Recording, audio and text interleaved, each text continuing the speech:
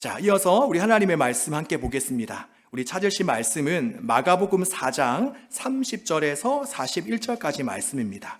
마가복음 4장 30절에서 41절까지 말씀입니다. 네, 다들 잘 알고 있겠지만 저희가 주일 말씀은 저희가 지난주에 큐티했던 본문 중에 하나입니다. 그래서 우리 여러분들이 우리 생명의 삶을 가지고 우리 예전사가 큐티하고 있는데 여러분이 개인적으로 매일매일마다 한번 큐티를 하시고 또 주일날 또 말씀을 우리가 들으면서 이 말씀에 이러한 뜻이 있구나, 이러한 은혜가 있구나, 또 내가 한 주 동안 이 말씀대로 살았는지 안 살았는지 우리가 한번 점검해 보는 그런 시간이 되면 좋을 것 같습니다. 자, 우리 30절부터 41절까지 저부터 한 절씩 읽도록 하겠습니다.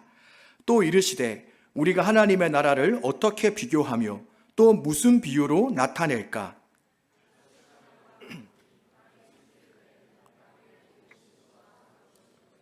심긴 후에는 자라서 모든 풀보다 커지며 큰 가지를 내나니 공중의 새들이 그 그늘에 깃들일 만큼 되느니라.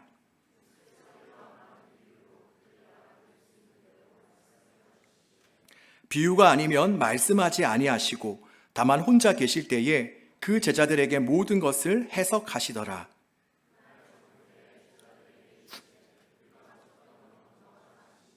그들이 무리를 떠나 예수를 배에 계신 그대로 모시고 가매 다른 배들도 함께 하더니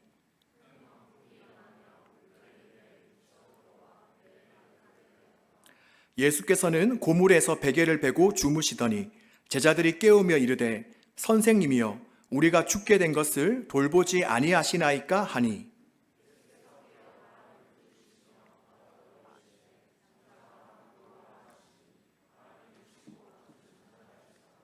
이에 제자들에게 이르시되 어찌하여 이렇게 무서워하느냐 너희가 어찌 믿음이 없느냐 하시니 그들이 심히 두려워하여 서로 말하되 그가 누구이기에 바람과 바다도 순종하는가 하였더라. 아멘. 저는 지난 주일 저녁에 12년 전 예전 교회에서 처음 만났던 제자를 부산에서 다시 만나게 되었습니다. 제가 부산으로 내려오고 나서 못 봤으니 대략 5, 6년 만에 이제 다시 본 것입니다. 그런데 만남을 가지면서 너무 행복했습니다. 먼저는 1박 2일 짧은 일정에 저를 찾아와 준 것도 참 고마웠지만 무엇보다도 저를 가장 기쁘게 했던 것은 뭐냐? 바로 그 사이에 너무나도 성숙해져 있었기 때문입니다. 말하는 거며 생각하는 거며 그리고 다른 사람을 이해하고 또 교회를 섬기는 모든 모습들이 물론 12년 전 고등학교 2학년 때랑은 당연히 다르겠지만 그래도 그 사이에 너무나도 많이 변해 있었던 것입니다. 그러면서 저도 모르게 계속 말하는 도중에 야 희선아 너가 진짜 많이 변했다. 그리고 집에 와서도 아내에게 여보 오늘 내가 희선이를 만났는데 진짜 많이 변했더라 라는 그런 말을 아내에게 저도 모르게 하였습니다. 그러면서 드는 생각은 뭐였냐? 와, 복음에는 진짜 능력이 있구나. 하나님 말씀에는 이처럼 강력한 힘이 있구나. 이렇게 착실히 교회 안에서 말씀으로 신앙생활을 하다 보니 정말 많이 달라지게 되었구나. 이제는 내가 12년 전 처음 보았던 그 철부지 모습이 아니구나 하는 그런 생각을 하게 되었습니다. 그렇습니다. 복음에는 능력이 있습니다. 하나님 말씀에는 생명이 있습니다. 네, 이럴 때는 살짝 아멘 해주면 좋겠죠? 네, 하나님 말씀에는 생명이 있습니다. 네, 좋습니다.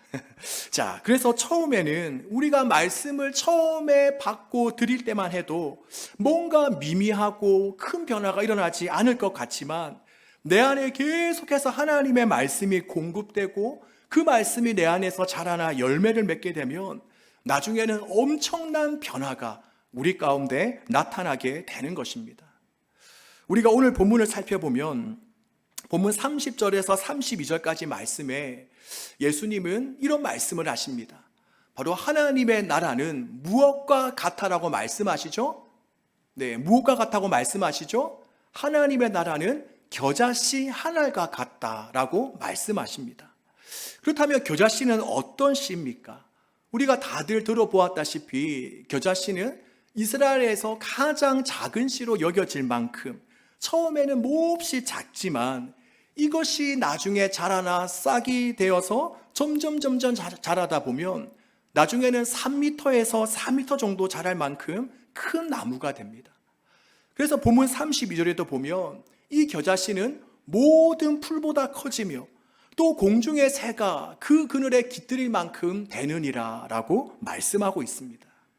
자, 그렇다면 예수님께서 하나님의 나라를 언급하시면서 바로 이러한 특징을 가진 겨자씨를 비유하신 그 이유는 무엇이겠습니까? 바로 하나님 나라의 시작은 처음에는 매우 작고 그리고 보잘것없어 보이지만 결국 그 끝은 매우 크고 창대하다는 것을 말씀해 주시기 위해서입니다. 이것은 우리가 기독교 역사를 보면 금방 알 수 있습니다.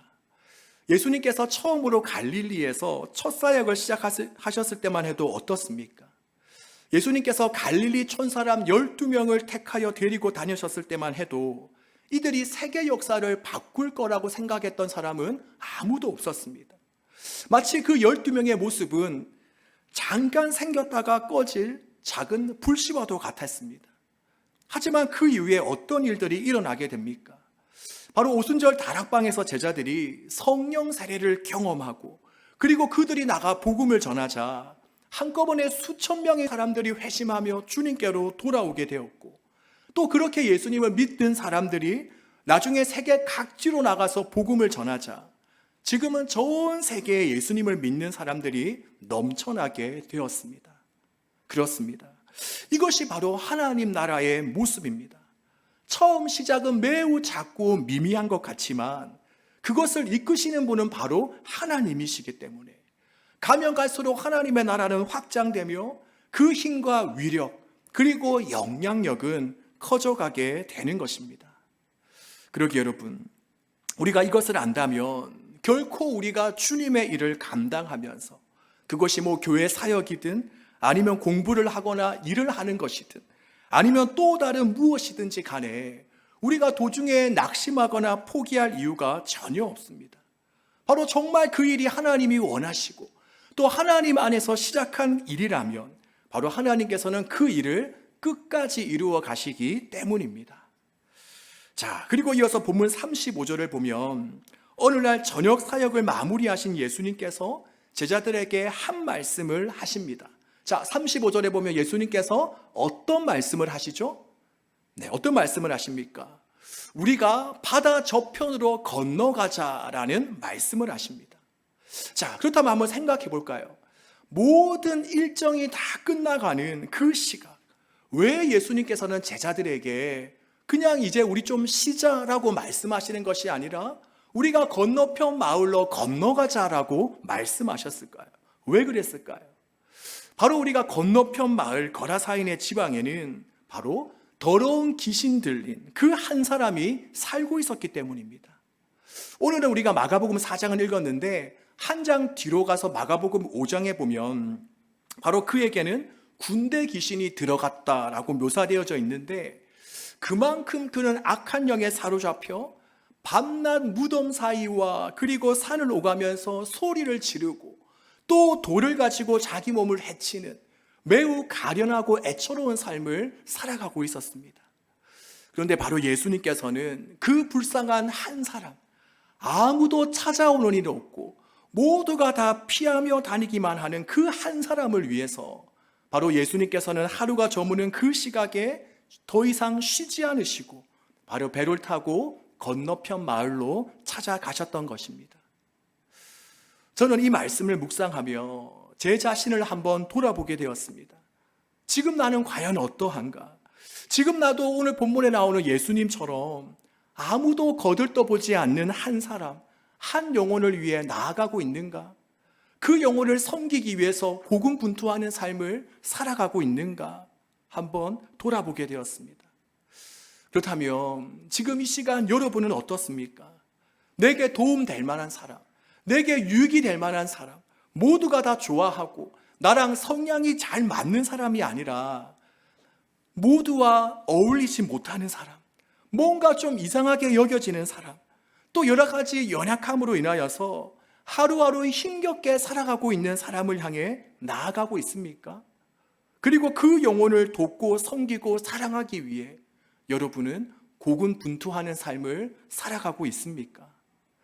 우리가 바라기는 한 주간을 살아갈 때에 과연 주님께서 내게 맡겨주신 영혼은 누구인가? 오늘 내가 찾아가야 될 그 한 사람, 한 영혼은 누구인가를 우리가 한번 주님께 묻기를 바랍니다. 그리고 주님께서 생각나게 하시는 그 영혼을 위해서 향해서 찾아가는 저와 여러분 되시기를 주님의 이름으로 축복합니다. 그리고 1월 예전사 캠페인 주제가 뭐죠, 여러분? 1월 예전사 캠페인. 자, 잊지 않았죠? 이번 1월 달 우리가 복도에도 붙어져 있고 엘리베이터 안에도 붙어져 있고 우리 포스터가 붙어져 있는데 1월 예배 캠페인, 1월 캠페인이 뭔지 아시는 분? 네, 다들 알고 있죠? 뭐죠? 시작! 먼저 인사하기. 그렇습니다. 어때요? 우리가 캠페인 주제에 맞게 우리가 오늘 교회에서 오고 가는 사람들을 향해서 또 내가 한 번도 말을 걸어본 적이 없는 사람을 향해서 또 우리 새 가족을 향해서 우리가 먼저 다가가 인사해 보았습니까? 네. 우리 지연이가 지금 정직하게 고개를 흔들흔들 거리고 있는데 그래요. 우리가 조금 부끄럽고 또 먼저 다가가는 것이 좀 쑥스러울 수 있지만 우리가 1월 캠페인을 계기로 삼아서 우리가 조금만 더 용기를 내어서 우리가 서로에게 다가갈 수 있는 저와 여러분이 되었으면 좋겠습니다. 자, 이렇게 해서 예수님께서는 무리를 남겨둔 채 제자들과 배를 타고 건너편 마을로 가고 계십니다. 자, 그런데 그렇게 건너편 마을로 건너가고 계실 때 어떤 일이 일어나게 됩니까? 바로 거세 막 바람이 불더니 급기야 파도가 배 안으로 덮쳐 들어오고 그래서 뱃속에 물이 가득 차게 되었습니다. 여러분, 이것을 통해 우리가 깨닫게 되는 영적 교훈은 무엇입니까? 바로 우리가 예수님과 함께 살아가도 우리가 예수님 말씀에 순종해도 우리가 하나님의 사명대로 살아가도 우리는 여전히 인생의 작고 큰 그런 고난과 역경의 파도를 만나게 된다는 것입니다. 우리는 예수님 잘 믿으면 또 주님 주신 말씀대로 살아가면 주님의 사명대로 살아가면 나는 아무 탈 없이 살아갈 수 있을 거야. 좋은 일만 일어날 거야. 고난이 오더라도 나를 피해 갈 거야 하고 생각하죠. 그런데 우리가 본문 말씀을 보면 예수님과 동행하는 삶을 살아도 또 주의 말씀에 순종하여도 우리에게 고난과 어려움은 시시때때로 찾아온다는 것입니다. 그러기에 정말 우리가 기억해야 될 중요한 한 가지는 무엇이냐? 바로 우리에게 찾아오는 고난과 환난을 이상하게 여기지 말고 오히려 그것을 당연하게 여기면서 묵묵히 예수님의 사명을 향해 주님 명하신 길을 향해 꿋꿋이 나아가야 한다는 것입니다. 우리가 초대교회의 모습을 보면 그들이 아무리 예배를 잘 드리고 또 신앙생활을 하여도 그들이 항상 바라는 대로만 되지는 않았습니다. 오히려 그들이 신앙생활을 잘해도 스데반 집사님과 같은 훌륭한 분이 순교를 당하게 되고 또 교회는 핍박과 박해를 받아서 뿔뿔이 성도들이 흩어지는 그러한 일이 발생하였습니다.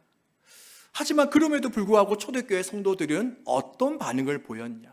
바로 거기에 마음이 무너지거나 낙심한 것이 아니라 그들은 다른 곳에 가서도 자신이 감당해야 될 목과 사명을 다하게 됩니다. 즉 그들은 가는 곳마다 계속해서 예수님과 복음을 전하기 시작합니다. 그러니 그 뒤에 어떤 일이 일어납니까?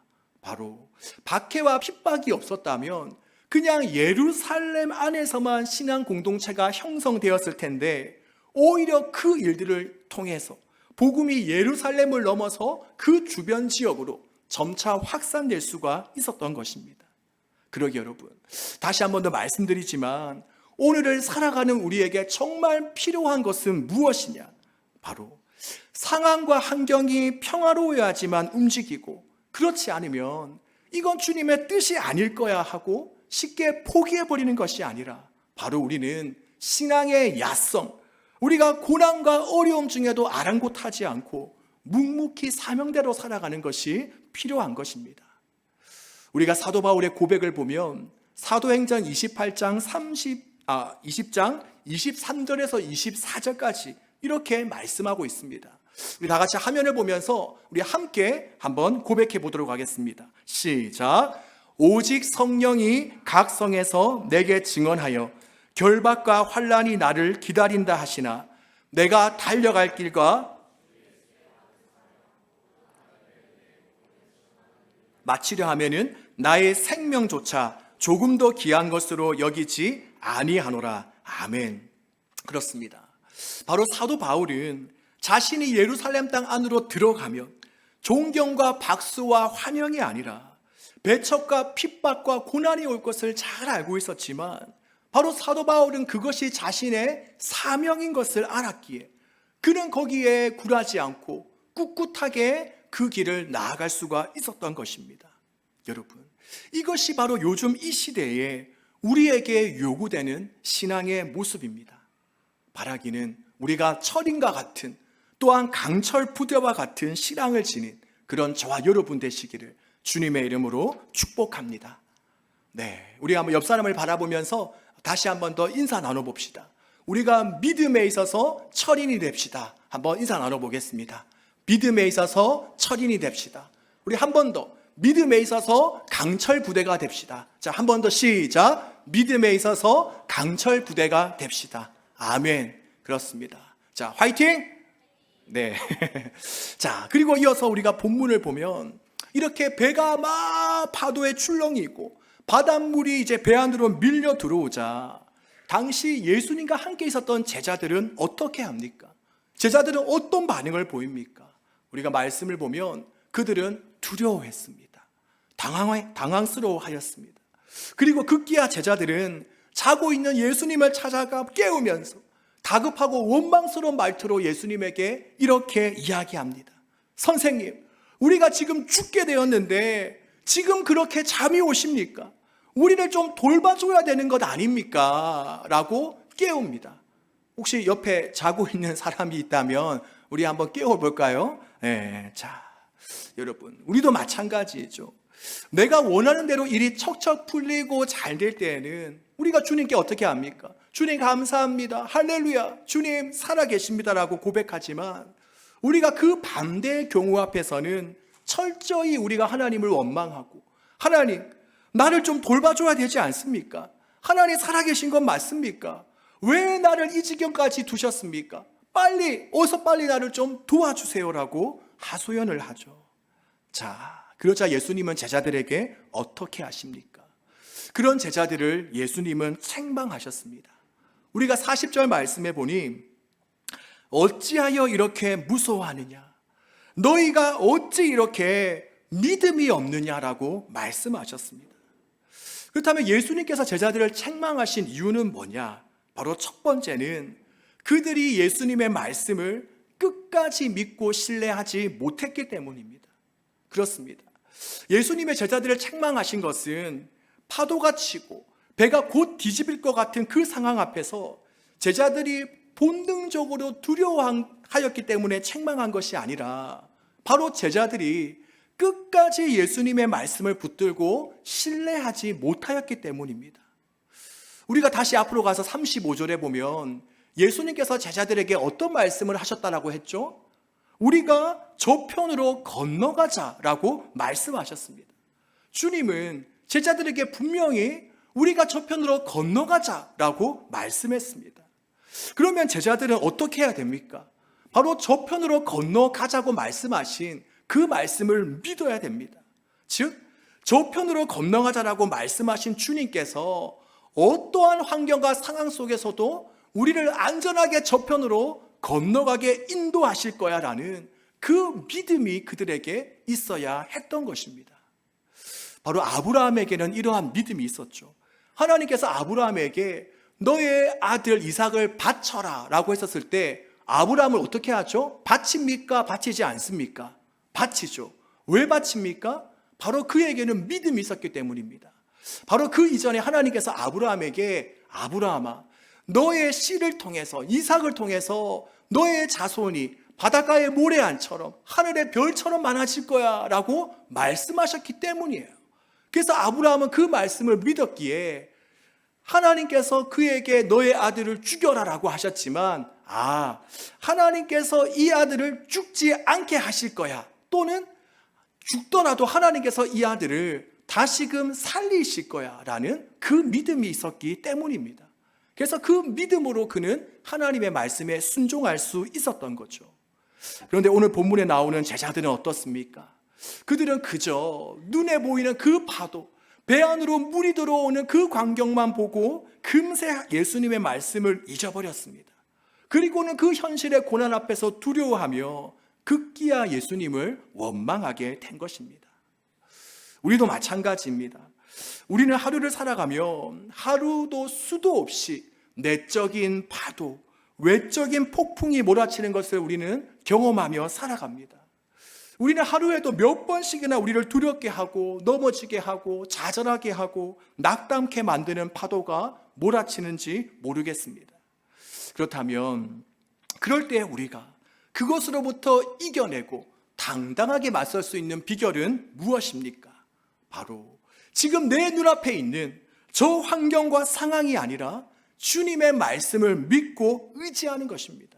주님의 말씀을 붙드시는 것입니다. 바로 내가 너와 함께 하겠다, 또 너에게 감당하지 못할 시험을 허락지 않겠다, 내가 피할 길을 너에게 주겠다라는 그 주님의 약속의 말씀을 붙들고 살아가는 것입니다.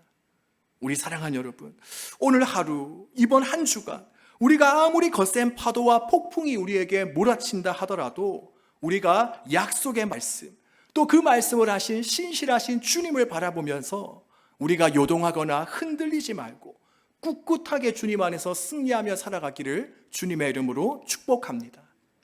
자, 그리고 두 번째로 제자들에게 책망하신 이유를 살펴볼 건데, 그것은 바로 제자들은 아직도 예수님을 자신들이 급할 때에만 써먹는 종처럼 여겼기 때문입니다. 어쩌면 이런 제자들의 모습이 바로 지금 우리들의 모습이기도 합니다.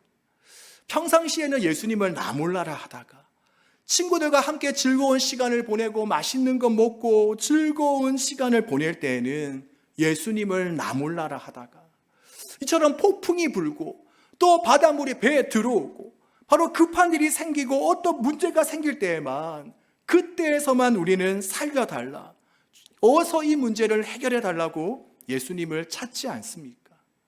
그러기에 예수님은 바로 그러한 제자들을 꾸짖으신 것입니다. 도대체 내가 언제까지 이렇게 너의 종노릇만 하고 있어야 되겠니? 언제까지 나는 이렇게 평상시에는 구석에 처박혀져 있다가 너가 부를 때에만 달려가야 되겠니?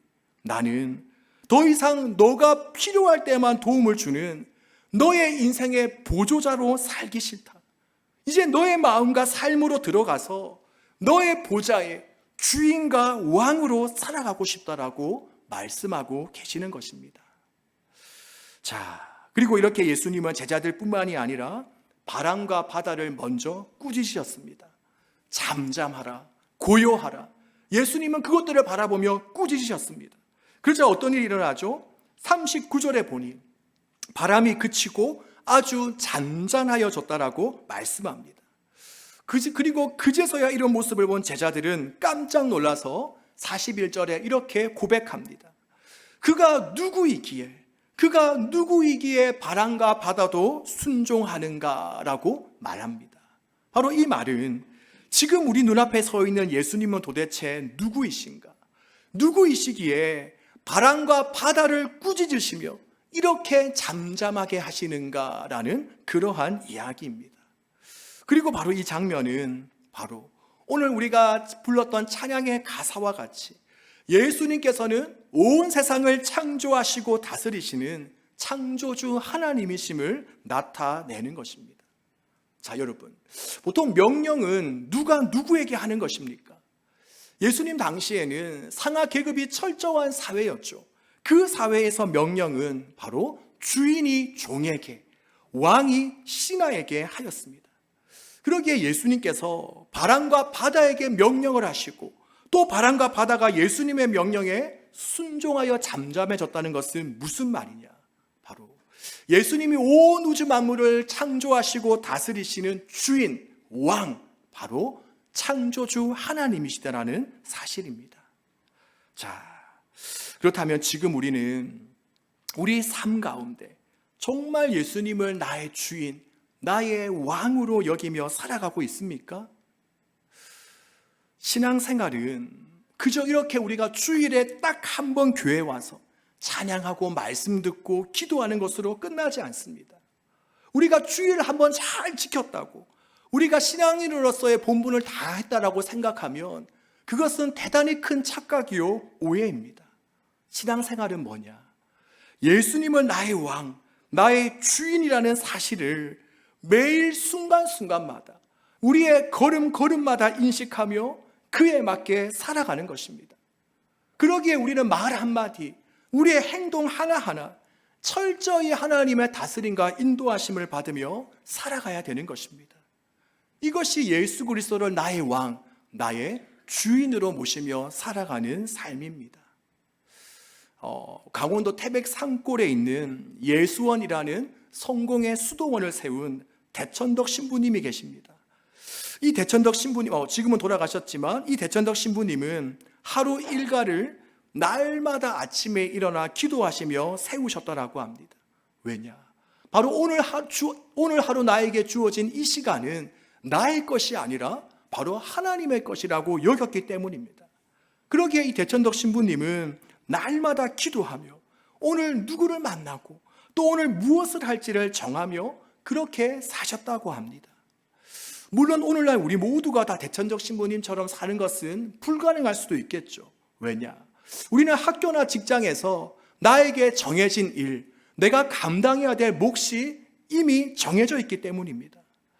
하지만 그럼에도 불구하고 이러한 마음과 자세를 가지고 살아갈 필요는 있는 것 같습니다.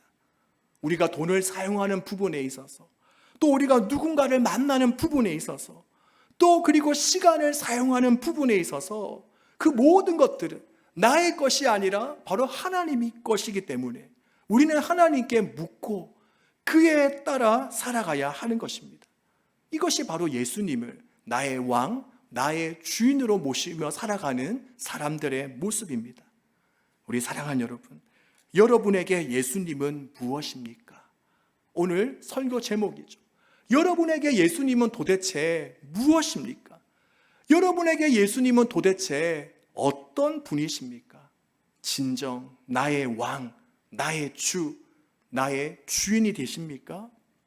그렇다면 이제 더 이상 우리가 내가 필요할 때만, 내가 급할 때만, 나에게 어려운 문제가 생겼을 때만, 그때만 예수님을 찾는 것이 아니라 나의 모든 삶 속에서 예수님은 내 중심, 내 보좌의 왕으로 날마다 모셔드리면서 예수님의 말씀과 뜻에 철저히 순종하며 살아가는 저와 여러분 되시기를 주님의 이름으로 축복합니다.